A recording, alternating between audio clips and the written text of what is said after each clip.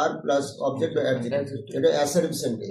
এটা অ্যাসার্টিভ সেন্টেন্সের গঠন। তাহলে অ্যাসার্টিভ সেন্টেন্সের গঠনটাই হচ্ছে subject plus verb plus object, assertive সেন্টেন্সের গঠন। আর এক্সক্লেমেটরি সেন্টেন্স যদি বলি তাহলে তার গঠন হবে what plus a by an plus adjective plus noun plus subject plus verb plus exclamatory চিহ্ন। আর একটা গঠন হচ্ছে how plus adjective plus subject plus verb plus exclamatory চিহ্ন।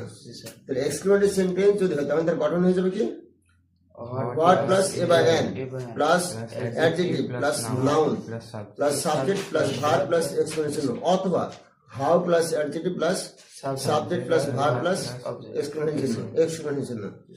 এটা একটা সেন্টেন্স, এটা অ্যাসার্টিভ সেন্টেন্স। আগে যখন আমরা দেখবো যে সাবজেক্ট দিয়ে শুরু হয়েছে তাহলে সেটা হচ্ছে অ্যাসার্টিভ সেন্টেন্স। সাবজেক্ট দিয়ে শুরু হলে সেটা অ্যাসার্টিভ সেন্টেন্স।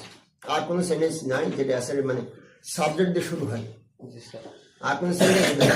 তাহলে পাঁচটা সেন্টেন্সের মধ্যে কোনোটাই সাবজেক্ট দিয়ে শুরু হবে না, শুধুমাত্র অ্যাসার্টিভ সেন্টেন্সে সাবজেক্ট দিয়ে শুরু হবে। তাহলে এখানে সাবজেক্ট আছে, নাউন আছে, এখানে অ্যাডজেক্টিভ আছে। তাহলে এইটাকে যদি আমাদের এক্সক্লেমেটরি করতে হয় তাহলে আমাদের শর্ত কি যে হয় হোয়াট দিয়ে শুরু করতে হবে অথবা হাউ দিয়ে শুরু করতে হবে। আমি যদি হোয়াট দিয়ে শুরু করি তাহলে হোয়াট বসালাম, তাহলে এ বা এন বসেছে একটা